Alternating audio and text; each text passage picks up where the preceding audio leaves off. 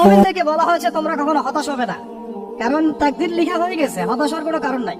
একটা প্রবণতা আমরা সমাজে দেখছি আত্মহত্যার।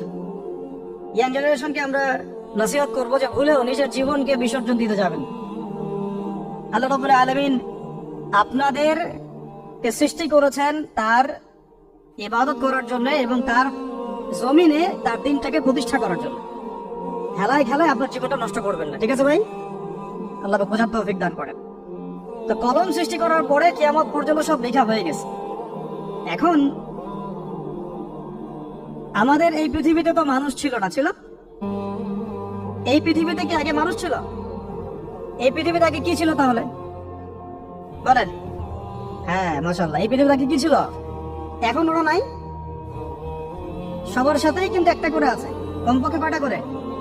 সবার সাথে কমপক্ষে একটা করে। আর কোন কোন জায়গা আছে যেখানে জিনের বড় বড় আখড়া আছে। পৃথিবীতে যে জায়গাগুলো থেকে ইসলাম বিরোধী অপতৎপরতা গুলো চলে, ওখানে জিনের আখড়া বেশি। কথা বুঝতে পারছেন? তো জিন জাতিকে আল্লাহ পাক ধ্বংস করে দিয়েছেন তাদের পাপের কারণে, আল্লাহ দ্রোহিতার কারণে, অবাধ্যতার কারণে।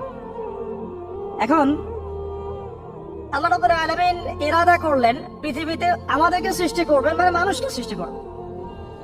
আল্লাহ পাক তার সমস্ত ফেরেশতাদেরকে একত্রিত করলেন। হে নবী মুহাম্মদ সাল্লাল্লাহু আলাইহি ওয়াসাল্লাম, তুমি স্মরণ করো সেই সময়ের কথা যখন আল্লাহ তোমার রব সমস্ত ফেরেশতাদেরকে ডেকে বলেছিলেন যে ইন্নী জাইলুন ফিল আরদি খলিফা, আমি জমিনে মানে পৃথিবীতে আমার খলিফা পাঠাতে চাই। কি পাঠাতে চাই? আরো জোরে বলেন।